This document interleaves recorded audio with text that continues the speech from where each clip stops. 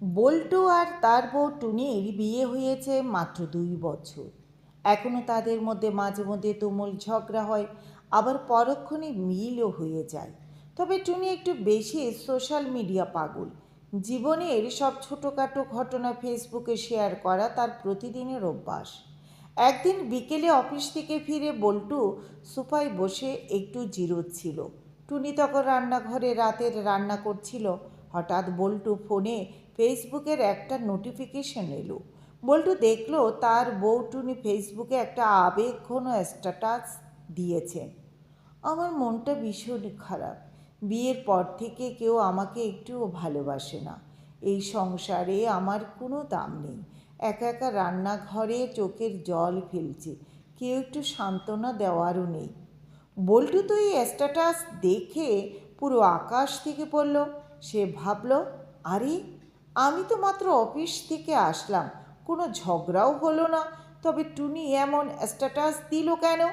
লোকে দেখলে তো ভাববে আমি বউকে অত্যাচার করি। বল্টু তাড়াহুড়া করে রান্নাঘরে গেল। গিয়ে দেখে টুনি মনের সুখে গান গাইতে গাইতে পেঁয়াজ কাটছে আর তার চোখ দিয়ে টপ টপ করে পানি পড়ছে। বল্টু রেগে গিয়ে বলল, তুমি ফেসবুকে ওটা কী স্ট্যাটাস দিয়েছ? আর এখানে তো দেখছি পেঁয়াজের জন্য কাঁদছ।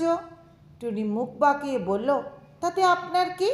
চোখের জল তো সত্যি সত্যি পড়ছে, তাই না?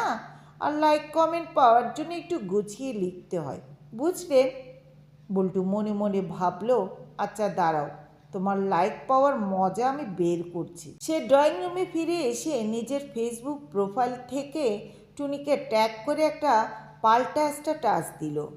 অত্যন্ত দুঃখের সাথে জানাচ্ছি যে আমার প্রিয়তমা স্ত্রী টুনি বেগম মানসিক ভারসাম্য হারিয়ে ফেলেছেন। তিনি রান্নাঘরে বসে একা একা পেঁয়াজের সাথে কথা বলছেন আর কাঁদছেন। সবাই ওনার জন্য দোয়া করবেন। স্ট্যাটাস দেওয়া মাত্রই বল্টুর আত্মীয় স্বজন ও বন্ধুদের কমেন্টের বন্যা বয়ে গেল। কেউ লিখলো, ভাবির এমন অবস্থা কবে থেকে হলো ভাই? কেউ লিখলো, ভালো কোনো ডাক্তার দেখাও বল্টু। 10 মিনিটের মধ্যে টুনির মোবাইল একের পর এক ফোন আসতে শুরু করলো। সবাই তাকে সান্ত্বনা দিচ্ছে আর জিজ্ঞেস করছে সে কেমন আছে। টুনি তো ফেসবুক চেক করতে রেগে একেবারে অগ্নিশর্মা হয়ে রান্নাঘর থেকে বেলুন হাতে বের হয়ে এলো। টুনি চিৎকার করে বলল, তুমি আমাকে ফেসবুকের সামনে পাগল বানালে? আজ তোমার একদিন কি আমার একদিন? বল্টু সোফা থেকে লাফিয়ে উঠে বলল, আরে শান্ত হও, আগে শান্ত হও। তুমি যদি পেঁয়াজের জলকে ভালোবাসার অভাব বলতে পারো, তবে আমি একটু বাড়িয়ে বললে দোষটা কি? দুজনেই তো লাইক কমেন্টের জন্য করছি।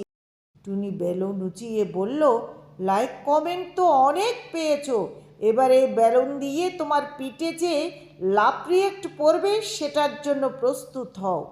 সেই রাতে বল্টুকে সোফাতে ঘুমাতে হয়েছিল এবং ফেসবুকে সব পোস্ট ডিলিট করে টুনিকে একটা নতুন শাড়ি কিনে দেওয়ার মুচলেকা দিয়ে তবেই সে রেহাই পেয়েছিল।